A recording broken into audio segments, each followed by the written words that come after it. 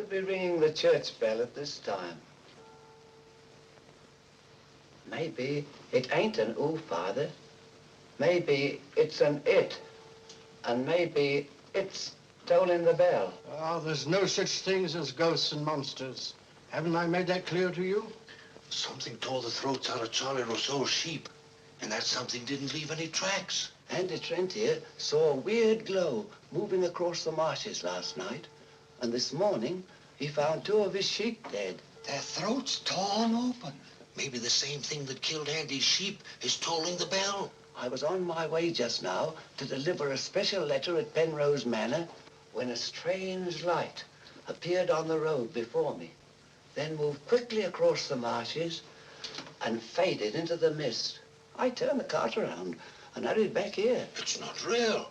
First the light, and now the bell. There's a very sound and logical reason for the bell tolling at this time, and I'm going to find out what it is. You can drive me to the church pots. The letter can wait. No hurry. Nothing will harm you if you're with the priest. Is that true, Father? Ah, what you need is more faith and less imagination. Come along.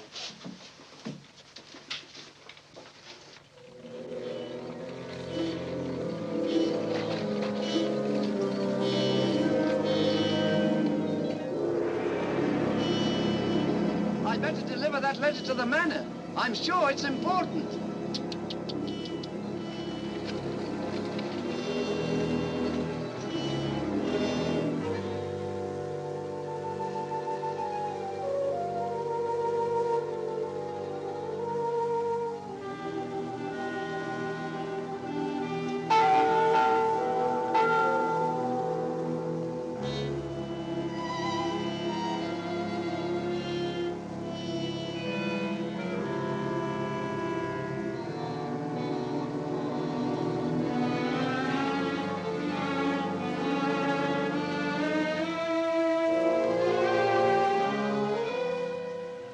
Goodness, that bell has stopped. Odd. It's tolling at this time of night. I don't like it. What with this phantom roaming the marshes? I saw it again tonight. Who would that be?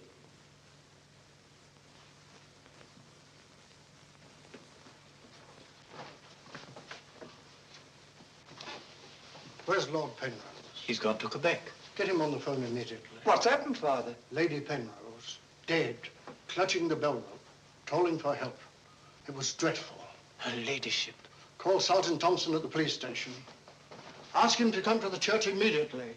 Come with me, Potts. I'll need you. Yes, Father.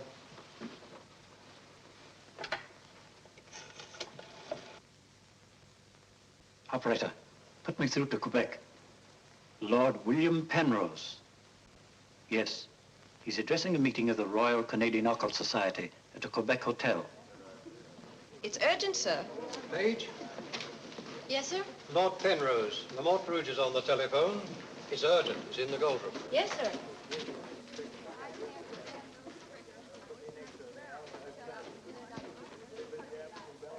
Gentlemen, as you know, the greatest obstacle in proving the authenticity of the occult lies in finding facts. However, if the facts are there, even the most hardened skeptic, provided it has an open mind, must finally acknowledge the actual existence of the supernatural. Do you admit that, Mr. Holmes? Facts are always convincing, Lord Penrose. It's the conclusions drawn from facts that are frequently in error. Yes, in the case of the Hound of the Baskervilles, as well as in the adventure of the Sussex Vampire, we found Watson, please. Oh, sorry. Well, gentlemen, this time I have facts. Cold facts. Many years ago, 100 to be exact, an apparition appeared at night in the village now called La Mort Rouge. The following morning, 3 people were found dead, their throats torn out, hence the town's rather grim name. Interesting, yes. But facts, no. I hardly think the tales of superstitious peasants can be considered... I haven't finished, Mr. Holmes. La Mort Rouge has again been the scene of these strange and unexplainable occurrences. Unexplainable, that is, from your point of view. Several of our most responsible citizens have actually seen the strange apparition on the marshes at night. And next morning, sheep were discovered... with their throats torn out and no traces of the killer anywhere to be found. Oh, you read about it in the papers. Oh, as a matter of fact, I haven't. It was merely a deduction. A rather obvious one, I'm afraid. Deductions are a weakness of mine, as Dr. Watson can tell you. Would you believe it? Holmes can... Well, those are facts, Mr. Holmes. Ignore them if you can. But it's very urgent, sir. Okay, well, go ahead. Thank you. I never ignore facts, Lord Penrose. And I have no doubt that the incident of the sheep with their throats torn out is unquestionably a fact. However, the interpretation of this fact as being final proof of the existence of the supernatural is merely supposition, and therefore cannot be accepted without further data. Your opinions, Mr. Holmes, are undoubtedly the result of your inability to cope with something beyond the realm of your comprehension. Myself, man. I'm sorry, John, but this ridiculous skepticism... Yes, what is it, my boy? La Mort Rouge on the telephone, sir. Very urgent, my lord. Excuse me, gentlemen. I'm afraid, Lord Well, Penrose... it's quite understandable, Sir John. Lord Penrose is deeply entrenched in his beliefs. That's his privilege. Well, hang it all, Holmes, the fellow was positively rude. Well, shall we see a little overwrought, Watson? I'm leaving immediately.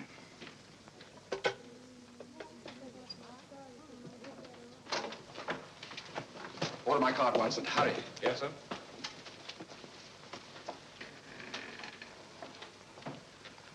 Gentlemen, my wife has just been found dead.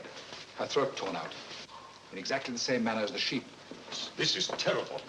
I say, you don't think that it's... Undoubtedly, Mr. Holmes, you would call it murder by person or persons unknown. I'm sorry. If I can be of any assistance, Thank you, no. I'm afraid the happenings in La Mort Rouge wouldn't interest you, Mr. Holmes. Under the circumstances, I think we should adjourn. Yes, indeed, Sir John. Holmes, what a terrible thing. Sir John, would you be good enough to convey our condolences to Lord Penrose? Yes, I'd be glad. Say, well, can't we get something to eat before we leave?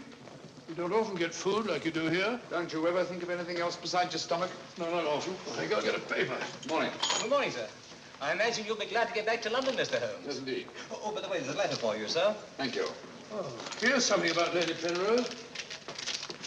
She was found in the church with her throat horribly cut. Evidently dragged herself from the marshes nearby and tried to summon help with a bell rope. What's it? What is it, Holmes?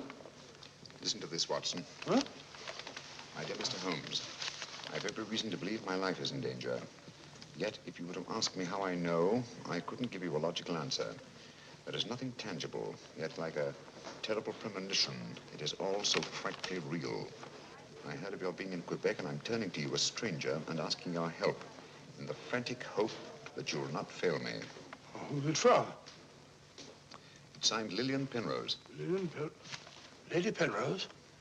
A letter from the dead woman? Well, what's it mean, Holmes? I should say that Lady Penrose lived in fear of her life. Some secret hidden in her past, in all probability. Oh, perhaps it isn't as simple as that.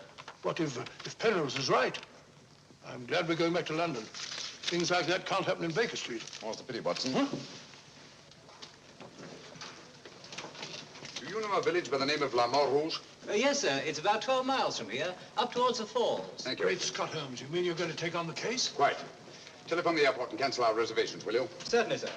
Consider, Watson, the irony, the tragic irony. We've accepted a commission from the victim to find her murderer. For the first time, we've been retained by a corpse.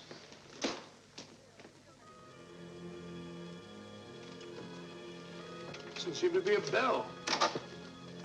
Never mind, come along. Do you think we should?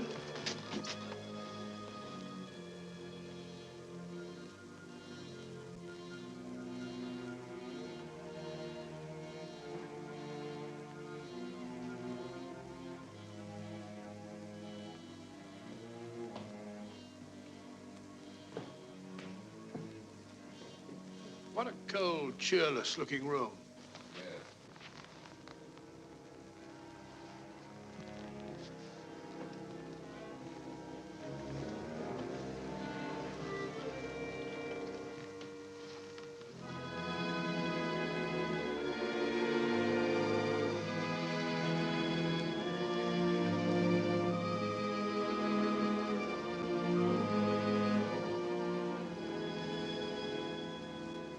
What do you want? Who are you? Mr. Sherlock Holmes, I apologize for this intrusion. Would you mind, gentlemen?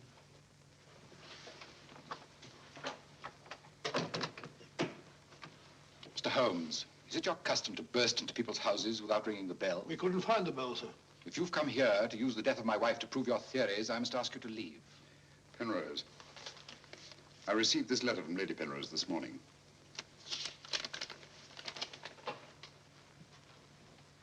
That was devilish awkward.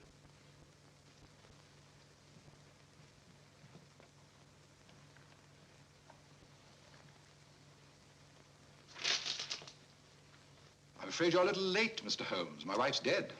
And I've come here to find her murderer. You might have saved yourself the trouble. I'm convinced that the solution of this horrible deed lies in an understanding of psychic phenomena. Although I don't expect you to admit that, Mr. Holmes. I assure you, Penrose, I neither believe nor disbelieve in anything, including psychic phenomena. If I could just see Lady Penrose, it might help dispel much of the mystery that surrounds these happenings in the Montrouge. Drake, why don't you answer the blasted thing? Sergeant Thompson has charge of the case. You'll find him at the police station. And now I must ask you to go and take your assistant with you. You'll excuse me if I don't show you out. Drake! Drake! Drake, where are you? What?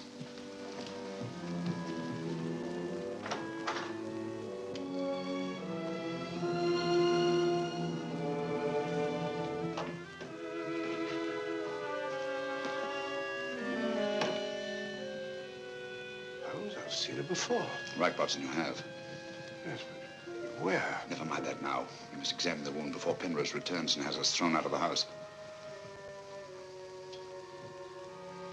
Clumsy job. Just missed the jugular vein. It must have bled to death. And it bled for several hours, eh? Possibly more. Long enough for Penrose to leave Le Montrouge and reach Quebec in time for the meeting? Holmes, you don't suspect I Penrose? suspect nobody, Watson. I was just asking a question. I beg your pardon, gentlemen. There is another who desired the death of her ladyship. I saw it last night in the fields, moving in and out of the shadows. You're the butler, aren't you? I was the butler. I've given notice.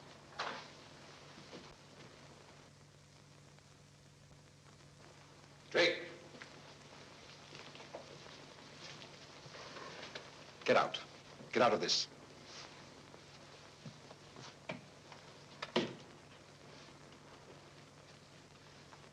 I trust you found what you were looking for. Two things have been made clear to me, Penrose.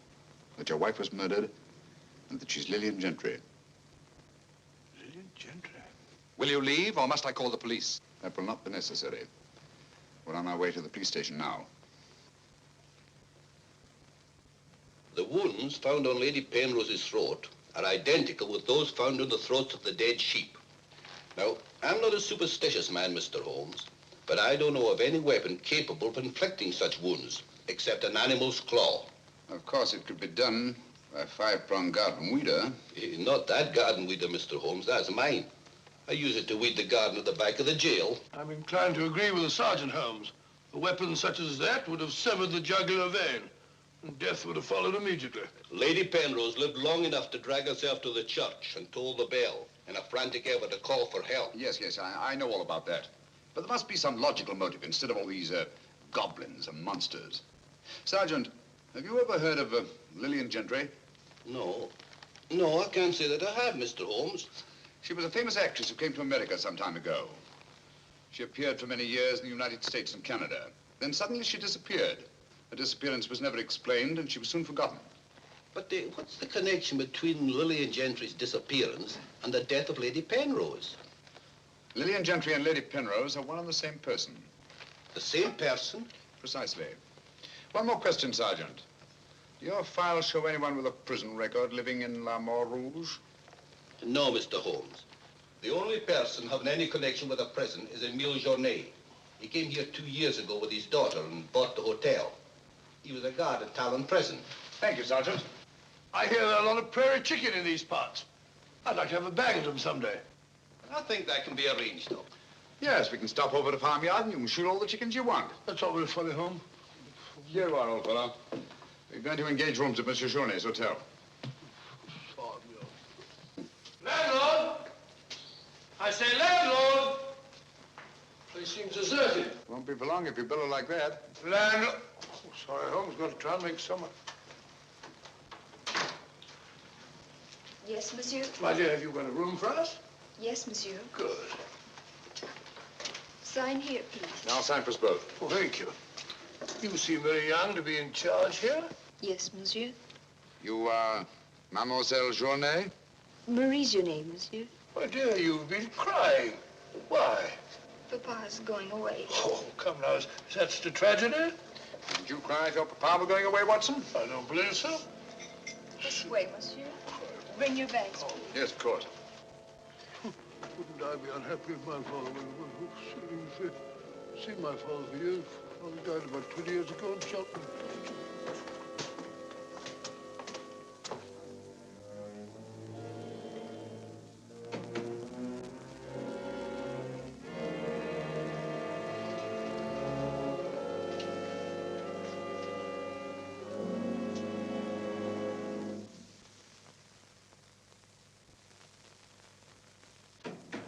Some talk of Alexander, some of Hercules, of Victor and Lysander, such great names as these. Bills. That's the way it goes, Emil. It costs money to be born, and it costs money to die. Do you know who that was in the car? It was Sherlock Holmes. He's here now. What do you think he'll find? Ghosts and monsters? What else is there for him to find? There's nothing. I don't know. You're afraid, Emil? Of course I am, and so are you. Who isn't? Why should Sherlock Holmes come here? To investigate the death of Lady Penrose. What else? I'm afraid Mr. Holmes will return to London a sadder, but a wiser man. Why do you say that? Well, you can't arrest ghosts and monsters, can you now? Well, I'm on my way. The mail must be delivered.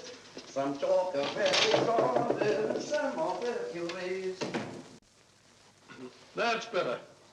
This room gives me the creeps. It is very seldom used, monsieur. It isn't often that strangers come to Le Mort Rouge, and when they do, they never stay. I can't say that I blame them. Will your father be away for long? I don't know, monsieur. When is he leaving? I don't know. Marie! If you need anything, just ring, monsieur. That girl's frightened, Holmes. Obviously. She made the mistake of telling us that her father was leaving. Huh? You don't think that Journay... Suppose we have a little talk to Monsieur Journay. It might prove illuminating. Didn't I tell you not to answer any questions? Yes. Didn't I tell you to keep a silent tongue in your mouth? Yes, Papa. So you told them I was going away? Yes, Papa. I'll teach you to keep your mouth shut. Monsieur Journay, just why are you leaving La Mort Rouge at this particular time? I'm not leaving. What gave you the idea that I was? Your daughter? My daughter's mistaken. I merely said that I would like to go away. I've just been teaching her the difference. Yes, so I observed. I can't say that I approve of your method, sir. I'll ask you to mind your own business. Run along, dear.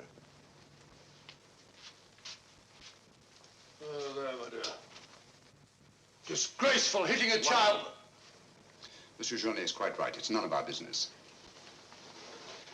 Monsieur Journay, what do you know of the death of Lady Penrose? Only what everyone in the village knows, that she was killed by the monster. You've seen this monster? No, but who else could have done this terrible thing?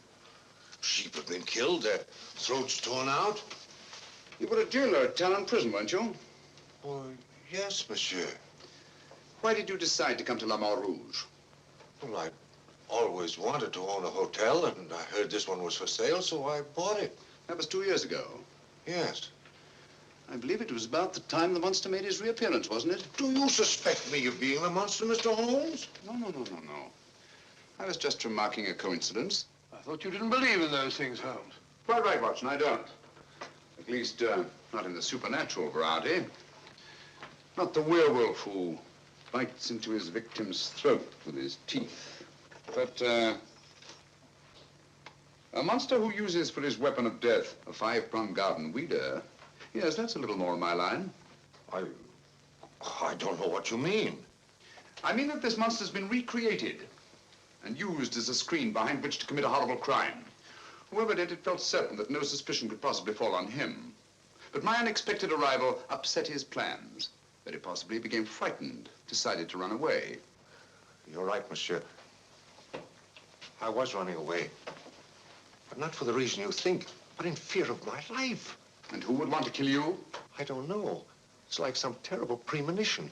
But it's so real. The very word, it's in Lady Penrose's letter. Yes.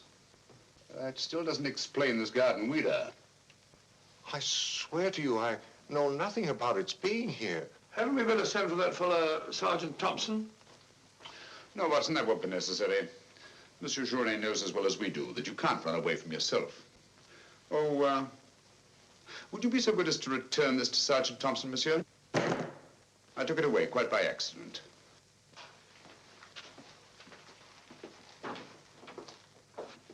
Monsieur Journet knows as well as we do. You can't run away from yourself. This fellow Journet seems a very frightened chap. Do you think he'd have any connection with Lady Penrose's murder? Time will tell us many things, Watson. And now, my dear fellow, there's something you can do for me, if you will. Anything, Holmes? I knew I could rely on you. I want you to mingle with the people in the cafe tonight. Find out all you can and keep a particularly sharp eye on Journet. Does he sort of take over the case? That's right, old boy. I want to get a good night's rest before starting out again in the morning. Oh, and incidentally, make yourself as inconspicuous as possible, will you? Inconspicuous? You can depend on me.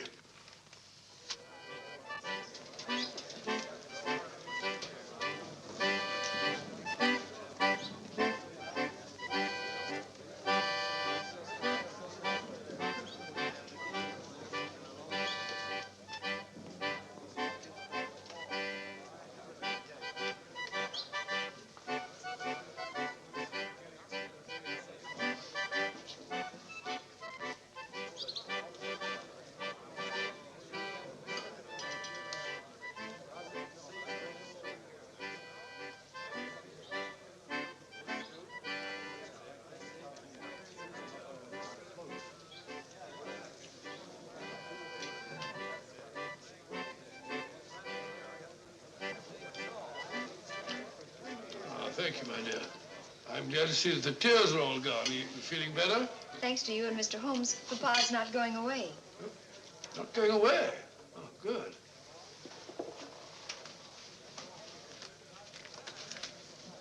Journet not going away. There are many phases of the supernatural, Mr. Drake. Witchcraft, vampires, werewolves, ghosts, monsters. You'll find them all in the history of crime. So I say to myself, Potts, this is the handiwork of the supernatural.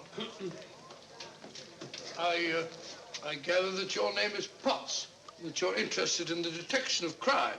Allow me to introduce myself. My name's Watson, Dr. Watson of 221B Baker Street, London, England. How'd you do, sir? Here's the crime. Bigger and better crime. I deduce, my good man, that you're somewhat drunk. Yeah. Sharp he is. Sharp as a tack.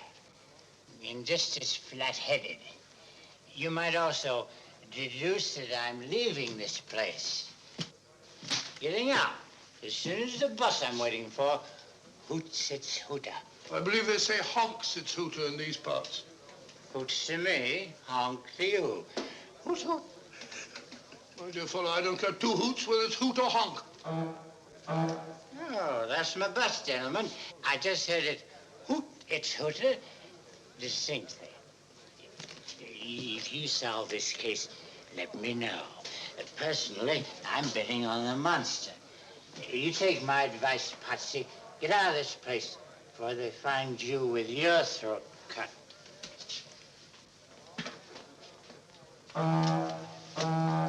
Hoots! It's hooter.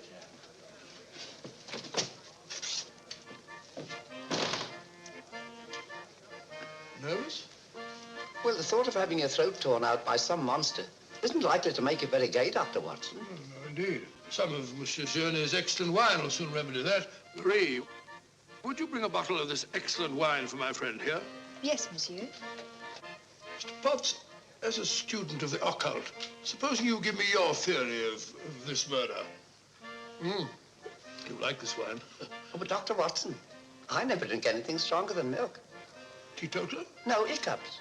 Every time I drink alcohol, I have hiccups. Oh, sorry.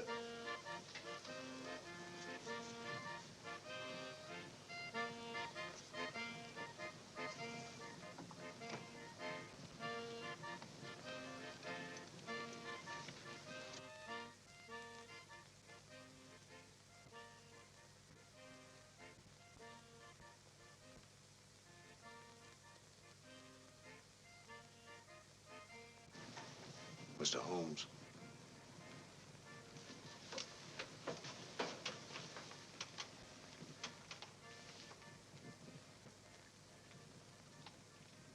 Mr. Holmes.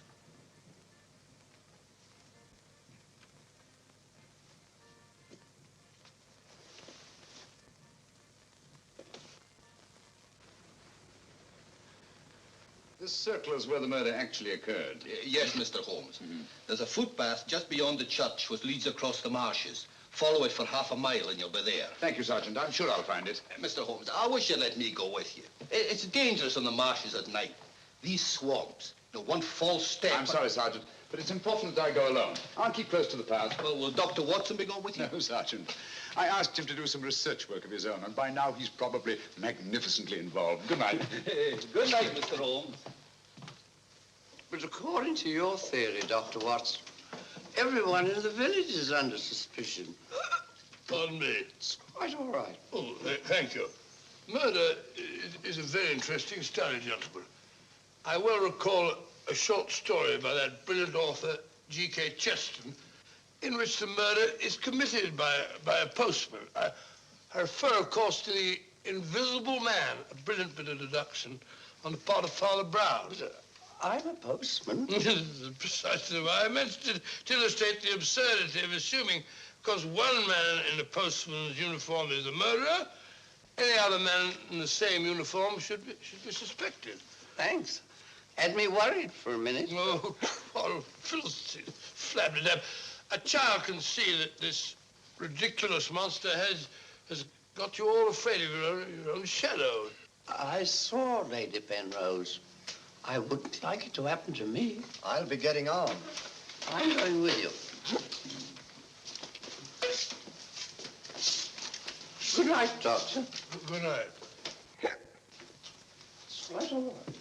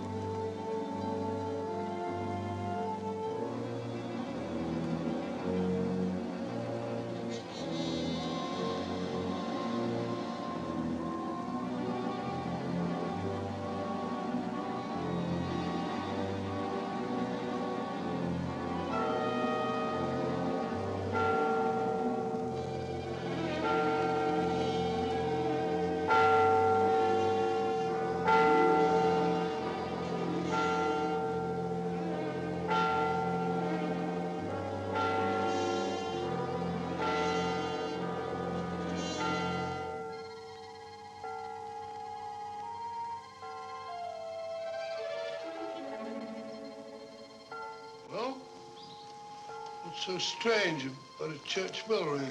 It rang the same time last night.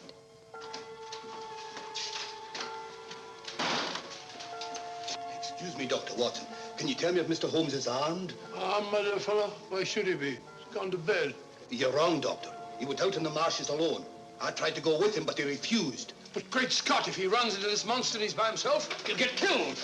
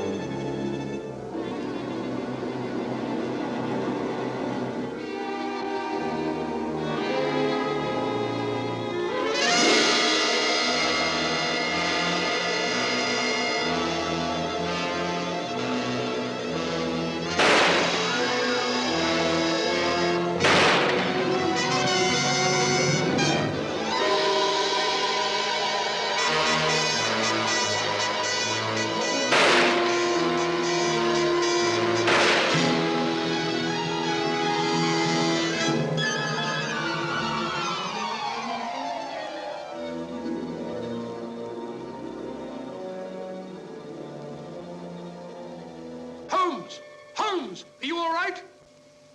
Where are you, Watson? Here I am. Over here, Holmes. Watson, where are you? I'm in the bog. Oh, good gracious. Come here. Your instructions were to mingle with the people and stay in the cafe. Sergeant Thompson said you were out here alone, so I thought you might need help. Yes, so you proceeded to fall in the bog, eh? Fall? I was pushed into the blasted thing. Pushed by the most ghastly apparition. Came at me like a roaring furnace, with spitting fire in all directions. Before I could get my revolver, the thing was upon me. The next thing I knew, I was in the bog. Are you all right, Mr. Holmes? I heard shots. Yes, I'm all right, but Dr. Watson here seems to have encountered the monster. He has? Come along, old fella. We'd better get you out of these wet clothes and into a hot tub before you catch a death of cold.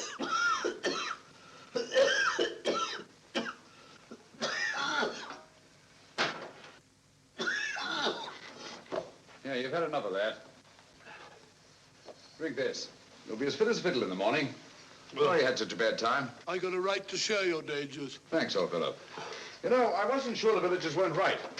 And if it did turn out to be some sort of supernatural monster, well, why should I involve you? Rubbish.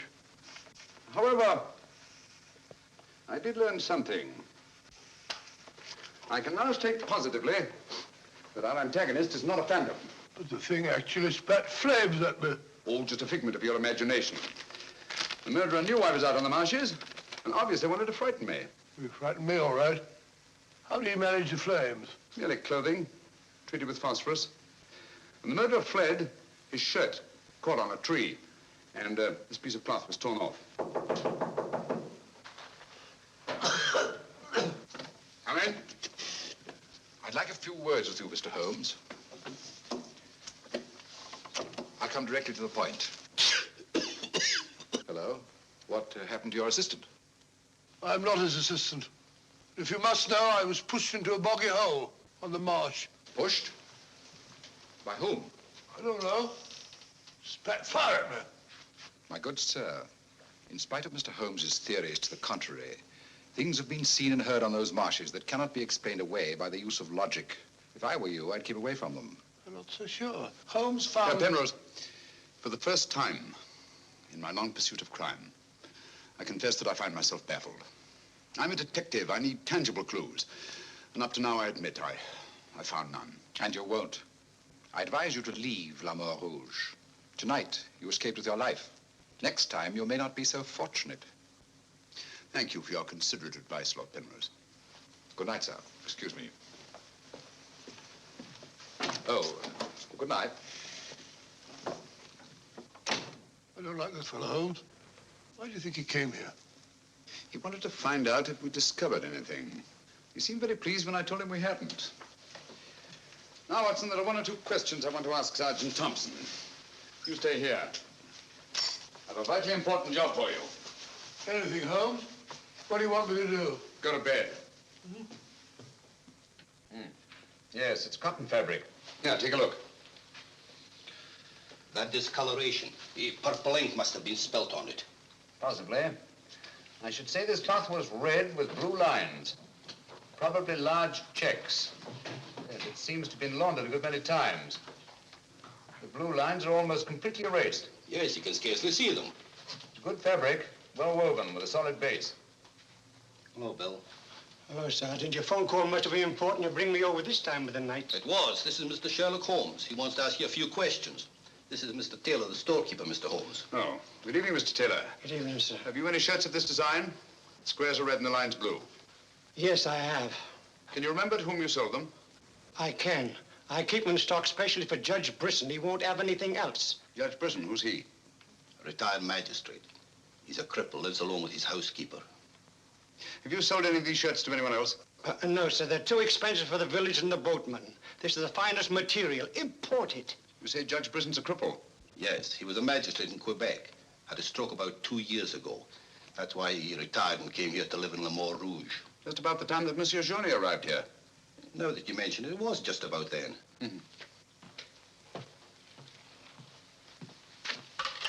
Hello, operator? Give me Judge Brisson's home, will you? Thank you.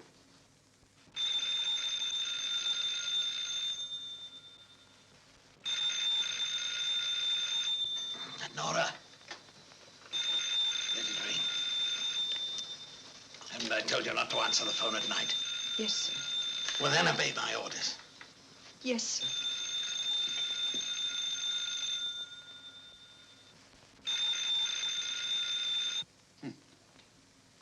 No answer. Where'd you live?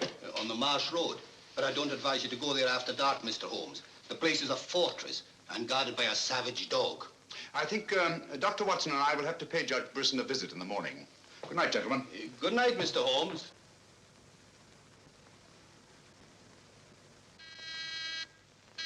Two locks on the door. One of them new. Yes, I should say that Lady Penrose's death had increased Judge Brisson's terror. Don't like the sound of that dog. No, sounds hungry. Possibly ravenous. Couldn't we come back after he's had his breakfast? I'm sorry, Watson. Our business won't wait. Oh, stop now. Yes, Watson.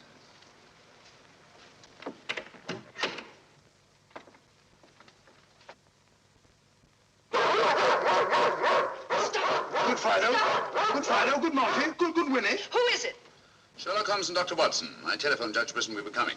You can't come in. He's given orders no one is to be admitted. You wouldn't want Judge Brisson's death on your hands, would you? No, sir. And you'd better let us in. I'll probably lose my job for this. Not after we've talked to Judge Brisson. My good woman, you keep an eye on that dog. Oh, don't worry, Watson. You know as well as I do. The dog won't touch you if you're with its master or mistress. Well, you know it and I know it. You're quite sure the dog knows it. Good dog. Happy dog. Nice, Winnie. Good Winnie.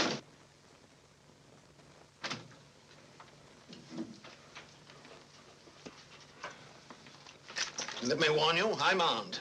And I'm an expert shot.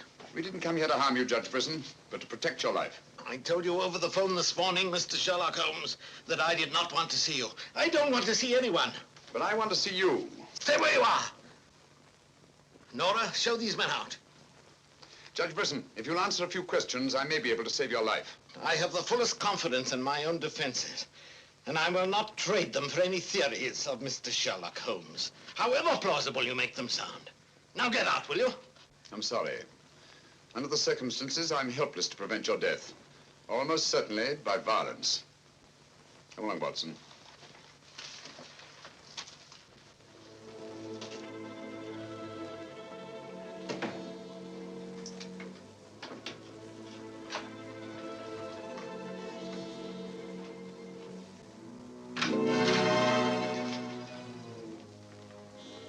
Pardon me. May I trouble you with that envelope?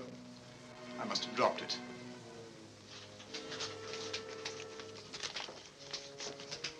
Thank you. You're a very clever man, Mr. Holmes. A crude device, Judge Brisson, but it's confirmed my suspicions that you're not the cripple you pretend to be. I'm sorry. But I'm frightened of everything and everybody. Why don't you sit down? You want to get shot, Holmes? Come in, Watson, and close the door. Sit down, old fellow. Judge Brisson has decided not to shoot us. Oh, very kind of him. Gentlemen, this fear is driving me mad. It's quite understandable. The whole village seems to be consumed with fear. But in your case, judging from your vicious dog, those barred windows, and that hunting rifle, it's not fear of the supernatural. Just what are you afraid of? Well, truthfully, Mr. Holmes, I don't know. And yet I feel its very presence. At times, I feel I can almost reach out and touch it. When I first came to La Rouge, I had a slight attack. It affected my legs, but, well, I've recovered. And you've continued the deception, using the wheelchair as an excuse for not going about the village. Well, you see, people would be more inclined to accept my hermit-like existence. Yes, naturally. Tell me, Judge Brisson, had you ever heard of Monsieur Journet before you arrived at La Rouge? No, I hadn't. How many of these shirts has your housekeeper purchased for you? Oh, 4 or 5. I'm not positive. You still have them? Well, 1 or 2 became badly worn, and I told my housekeeper to give them to a man who was doing some work for me at that time. Can you describe him? No, I'm afraid I can't. That was about a year ago, you see, and, well, I didn't pay much attention to him. He worked in the garden. Could your housekeeper remember him? No, that was a different housekeeper then. She went to the United States. Try to remember, Judge Brisson. Your life may depend on it. I do remember one thing. He had a very slight limp. I used to watch him from that window as he walked across the lawn. Splendid. Continue your vigilance, Judge. And under no circumstances allow anyone to enter the house, even someone you may know well. What's that mean, Holmes? It may mean nothing, Watson, and it may mean everything. I'm quite sure that Sergeant Thompson will have observed a man with a limp in a village the size of La Rouge. Good day, Judge, and thank you. Good day, sir. I'm sure Sergeant Thompson will have observed a man with a limp in a village the size of La Rouge.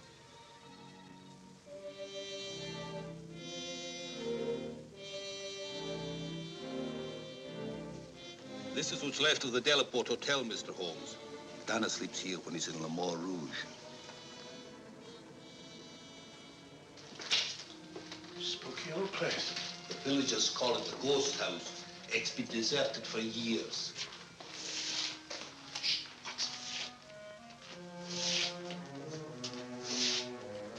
He walks with a limp. A left foot, I think. To the trained ear, Sergeant, footsteps have a characteristic rhythm as identifiable as fingerprints.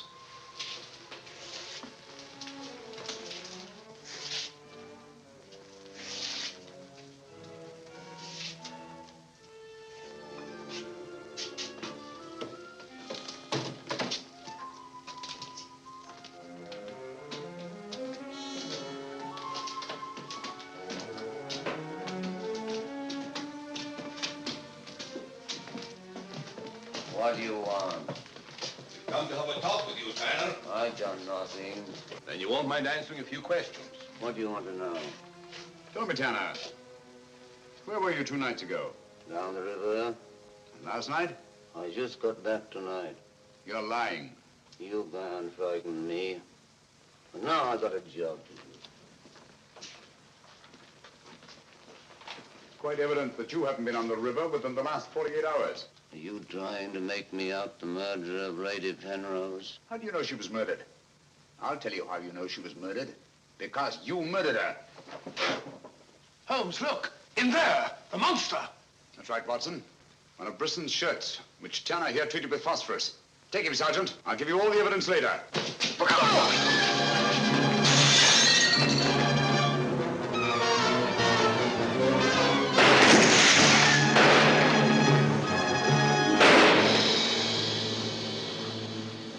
You got him, Sergeant. I'm sure of it. Come on.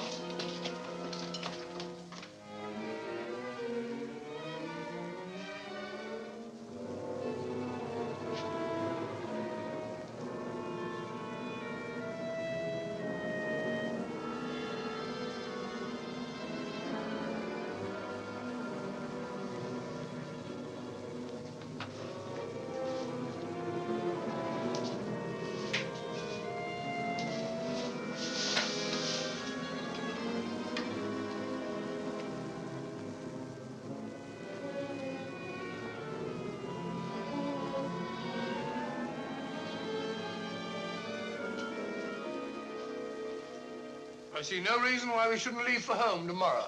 So much for tomorrow. But for tonight, what do you make of this, Watson? I found it in Tanner's room. Just a photograph? That's right, old boy, just a photograph. You notice anything else about it? Part of it's missing. Bravo, Watson. Now, if we can find the missing half, notice the discoloration of the torn edge, faded signature. The upper half was torn off sometime within the last year, I should say. Why all this fuss about an old photograph? Watson, have you ever stopped to think that the science of detection is very much like stringing a handful of beads? I can't say I have. Well, it is. And in this particular case, you might say that I have 5 beads. Journée, Brisson, Tanner, Lord and Lady Penrose. So far, I haven't had any thread to string them together. This, gentlemen, is our thread. And I think I shall start with Lady Penrose. But Lady Penrose is dead. The dead can tell us many things, Sergeant. You and Dr. Watson remain here at the hotel. I'll meet you later. I'm sure you got Tanner, Sergeant. But Mr. Holmes is never satisfied with a dead criminal. He has to sit in on the post-mortem. Come along. Let's go downstairs and celebrate the death of the monster. That's a good idea, Doctor.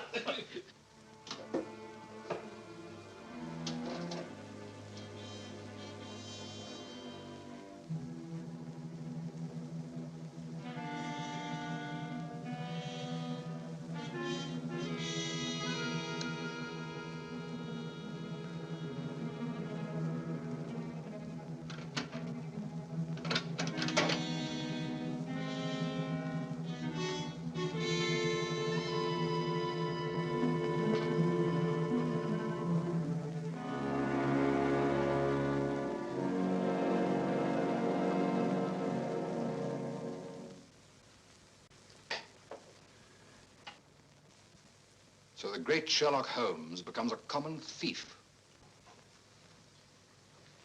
You realize, of course, that I might have shot you. I knew that you'd refuse to see me, so naturally I had to take that chance. Tell me, who is Alistair Ramsden? What has he to do with your being here? Perhaps this will explain. Found the lower half in a room occupied by a boatman named Tanner. The upper half was in Lady Penrose's safety box. Alistair Ramsden murdered a fellow actor in my wife's company. He was sentenced to life imprisonment.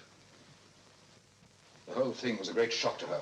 So she retired from the stage and you married her shortly after? Yes. Where and when was this murder committed? In Quebec, 5 years ago. Ramsden was shot 3 years later trying to escape from Talon prison. His body disappeared in the St. Lawrence. Was it ever recovered? I don't believe so. Penrose, Alistair Ramsden and Tanner are one and the same person. What? It was he who sent the upper half of that photograph to your wife as a warning. What could my wife have in common with a murderer? Yet he killed her. He killed her? Yes. The monster was none other than Tanner himself. We found a shirt impregnated with phosphorus in his room. Tonight, when we faced him with the evidence of his crime, he bolted and jumped out of the window into the river. Sergeant Thompson fired a couple of shots at him. He's dead? In a way, yes. I don't understand. Tanner is dead only because he was discovered, and have therefore outlived his usefulness to his creator. But I'm afraid that Alistair Ramsden, the actor, who created and played the part of Tanner, is very much alive. But surely, now that you know who the murderer is, the police... It's not quite as simple as that. During the time he's lived here, Ramsden has undoubtedly established another character for himself, perhaps several others, who are by now familiar to the people of the town of Le Mans Rouge and quite above suspicion. He could be almost anyone in the village. He may even have been your butler, Drake. This is fantastic. Yes. Yet Lady Penrose's death is only the beginning. There's no saying where this madman will strike next.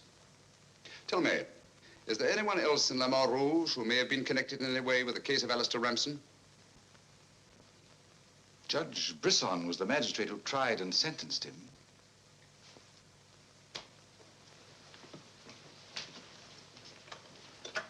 Operator? Operator, give me Judge Brisson's home. It's urgent.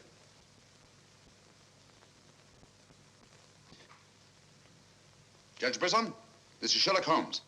Oh, yes, Mr. Holmes. Oh, I'm quite all right, thank you. I chained up the dog as you asked. As I asked? I haven't telephoned you before. Somebody's obviously imitated my voice in order to gain access to the house.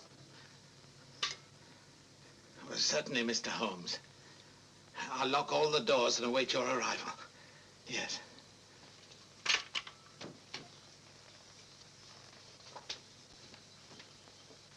Nora!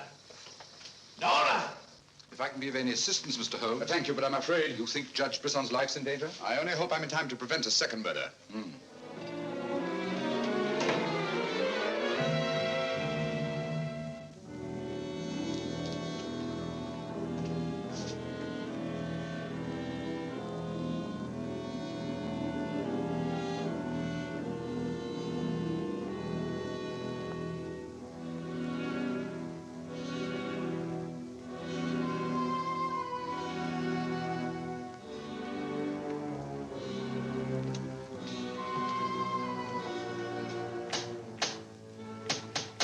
That's Mr. Holmes. Show him in.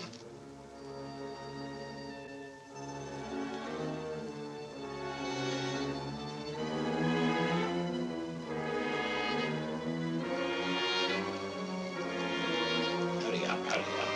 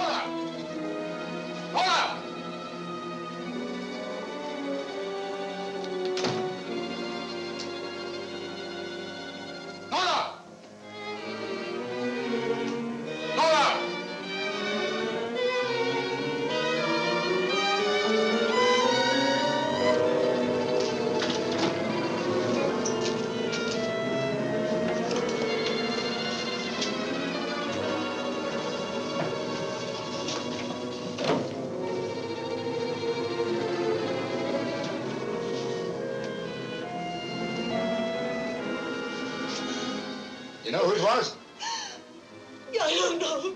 I don't know.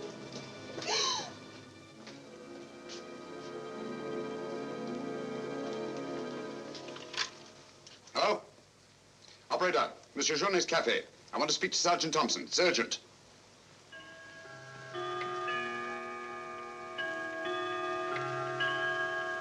Sergeant Thompson, this is Sherlock Holmes. I'm at Judge Brisson's. He's been murdered. Judge Brisson's been murdered. Judge Brisson? The murderer gained access to the house, gagged and bound the housekeeper, then disguised as Nora, murdered Judge Brisson.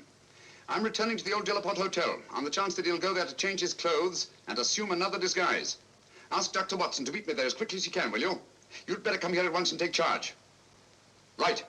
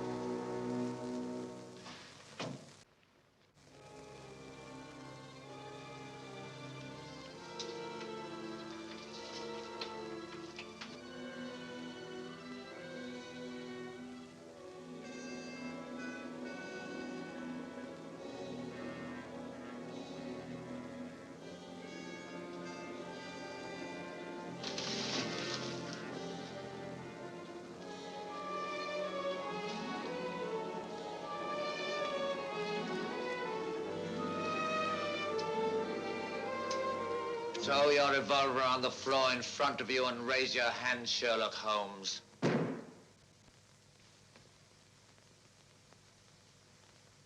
I should have thought you would have felt more at home in the spotlight. I see you finally identified me.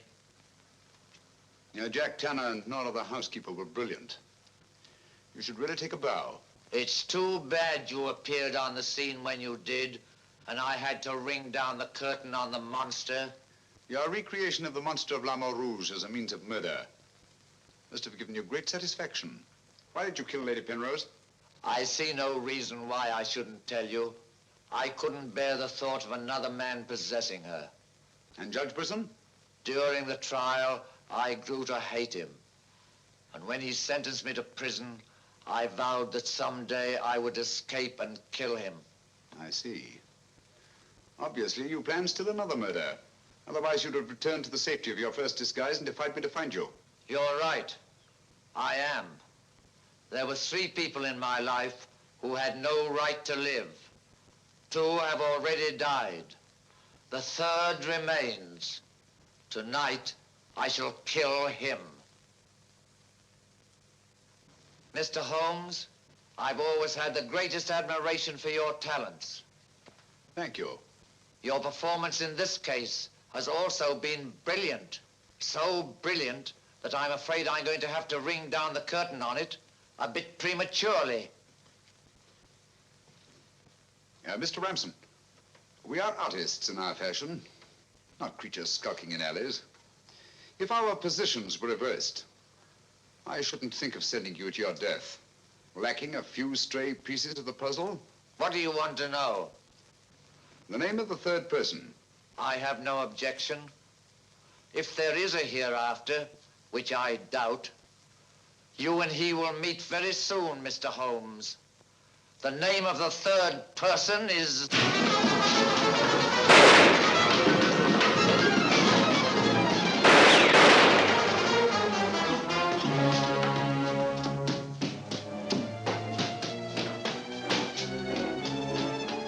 Coming, Holmes! Look out, Watson!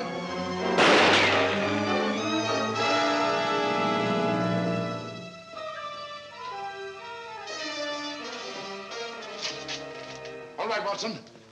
Where is he, Holmes? He's gone. Thank heavens you're safe. Thank heaven you came and you did. is, Watson. Look out.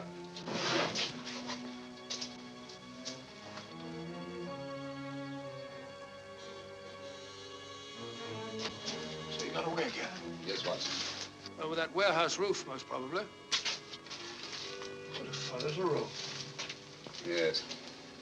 This is obviously the secret room where his disguises were created. Looks like an actor's dressing room. He is an actor, Watson. One of the finest acting talents of our time. Look at this. An order of the housekeeper. His name's Alistair Ramson. Alistair Ransom? Never heard of him. No, that's not important.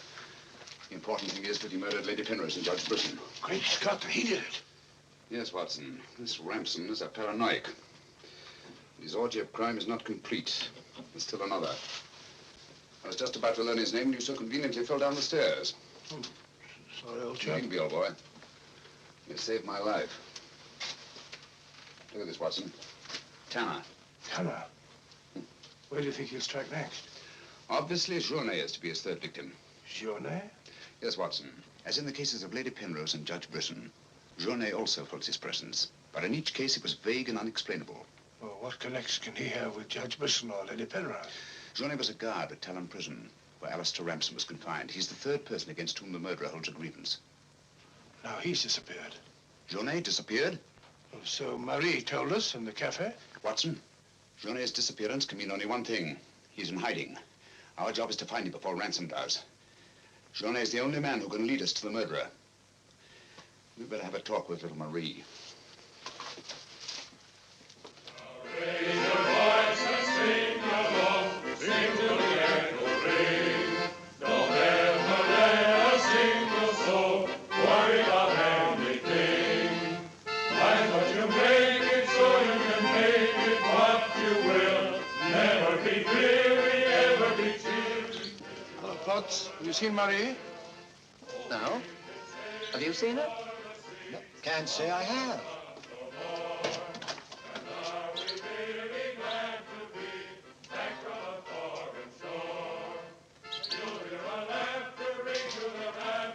Marie? Watson.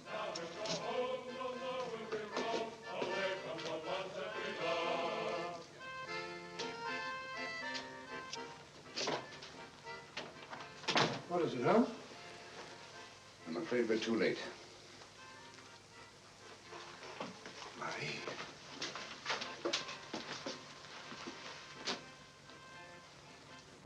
Don't touch anything, Watson.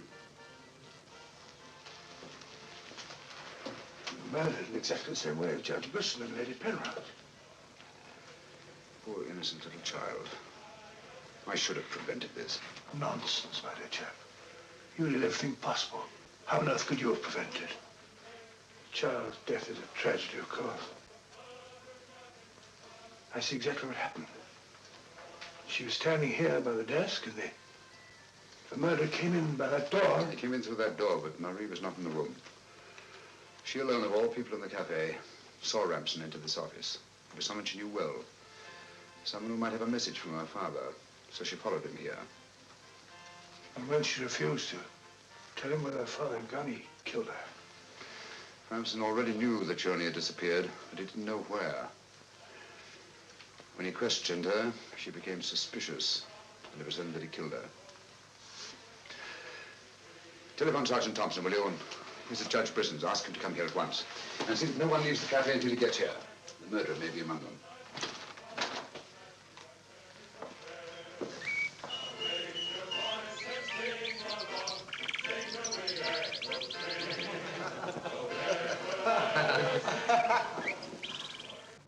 What could have happened to Holmes? He's been away all day. It's very unfair of him keeping me in suspense like this. He knows how worried I become. He continues to do it, and do you know why? He actually enjoys making me miserable. Half a mo.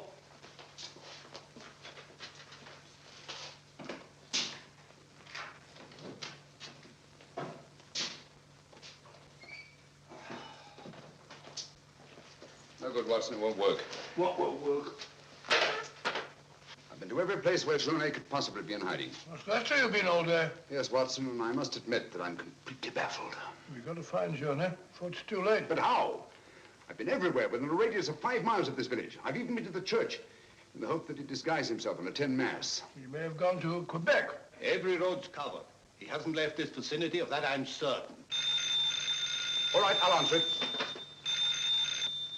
Hello? Hello?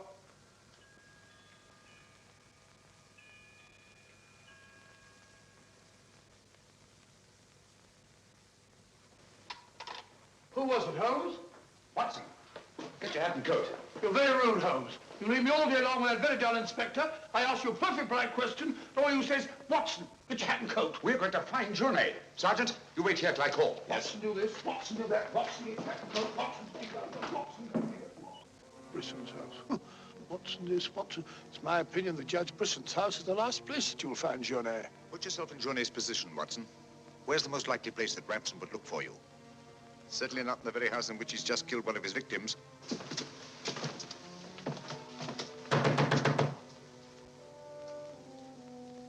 Journey! Journey! It's Sherlock Holmes and Dr. Watson. We're here to help you. I don't like the look of it, Holmes.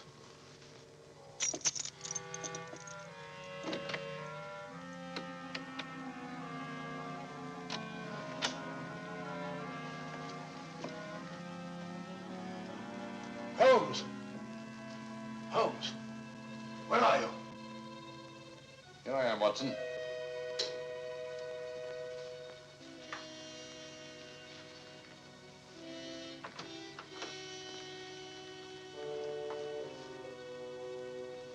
Journey! What do you want? We've come to help you. How did you know I was here? When you called your hotel just now, I answered the telephone. The chimes of Brisson's clock here merely confirmed what I already knew. You must return with me to the cafe at once. I'm not leaving this house. The murderer's waiting out there in the marshes to kill me the moment I leave here. Naturally, but first he must have the opportunity. If you return to the cafe, he'll have that opportunity. It's the only way we have to apprehend the murderer. What if I refuse? Journey, what I have to say to you is not going to be easy. Marie... What? Murdered. Now you know why you must return. This fiend must be brought to justice. Justice? This monster kills my poor innocent child, and you talk of bringing him to justice. Will that compensate me for the death of Marie? If it's the last thing I do, I'll kill him with my own hands. You can't take the law into your own hands. Once you've returned to the hotel, he'll make an attempt on your life. Then we'll get him. How will we know who he is? We already know. It's his disguise that we haven't penetrated. Who is he? Alistair Ramson. Recognize the name? He attempted to escape from Talon prison when I was a guard there. Journey, if you don't want to remain in hiding for the rest of your life, you must return to the hotel and help me to put an end to this monster for all time. Come. Let's go. Good. Put an end to him. How are you going to do that, Holmes? I'll tell you both about it on the way to the hotel. So you're really leaving, Doctor? Yes, Sergeant. Gentlemen, Mr. Sherlock Holmes and I are leaving immediately for London. It's extremely regrettable that the murderer has escaped us, but all our cases cannot be crowned with success. I'm extremely sorry, gentlemen. Have you no idea where this fiend has gone? Mr. Holmes is of the opinion that he's escaped across the border to the United States. It may be years before we can trace him, if ever. Oh, Jenny, just a minute. Our bill, please. Bill? Yes, Mr. Sherlock Holmes and I are leaving immediately. Oh, I'm sorry, Dr. Watson. I'm just on my way to the church to offer a prayer for Marie. I'll forward your bill to you. Yes, of course, my dear fellow. I understand. We'll leave our address at the desk. Goodbye, Mr. Potts. It's been a great pleasure knowing a man of your intelligence. Thank you, Dr. Watson. It has been most stimulating talking to one of your vast experience. Oh, thank you. Let's hope that we shall meet again someday and continue our little chats on crime. It would be most exciting. Oh, by the way, Mr. Holmes would like to see you for a minute in his room. Yes. I'll show you where it is. It's the second room on the right up there. Thanks. Emile, it's me, Pat. Do you mind if I walk part of the way with you? It's a bit frightening out here. It's these marshes. This is almost the very spot where Lady Penrose was attacked. 3 deaths in 3 days. It's a pity Marie had to be killed. She was such a sweet child. 3 deaths in 3 days. And still one more to be accounted for. You were frightened, Emile. It's strange to see you showing fear. The man I hated at Talon Prison? Ransom!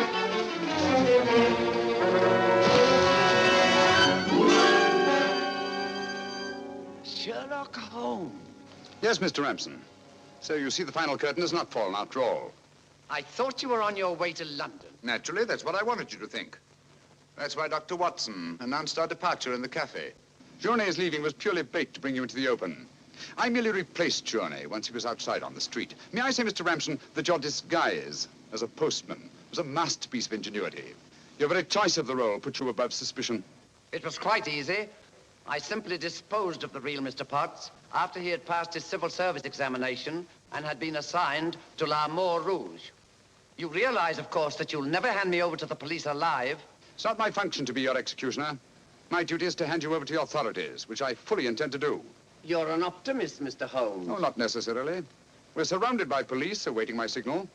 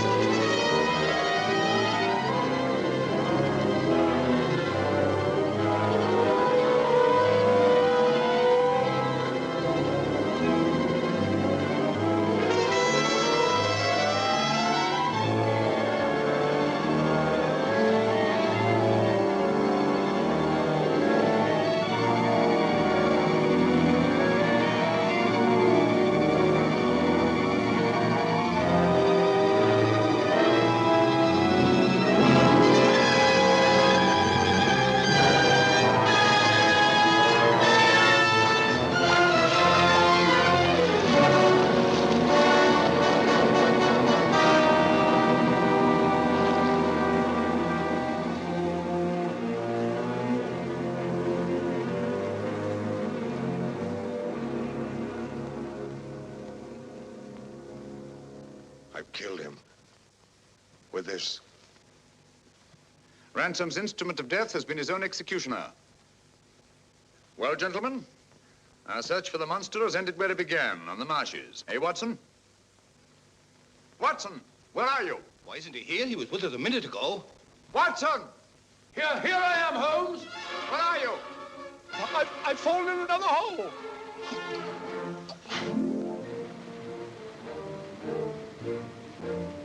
I should like to have seen a bit more of Canada before we sailed, Holmes.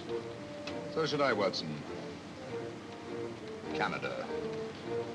The linchpin of the English-speaking world, whose relations of friendly intimacy with the United States on the one hand, and their unswerving fidelity to the British Commonwealth and the motherland on the other.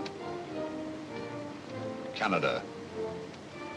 The link that joins together these great branches of the human family. Churchill say that? Yes, Watson, Churchill.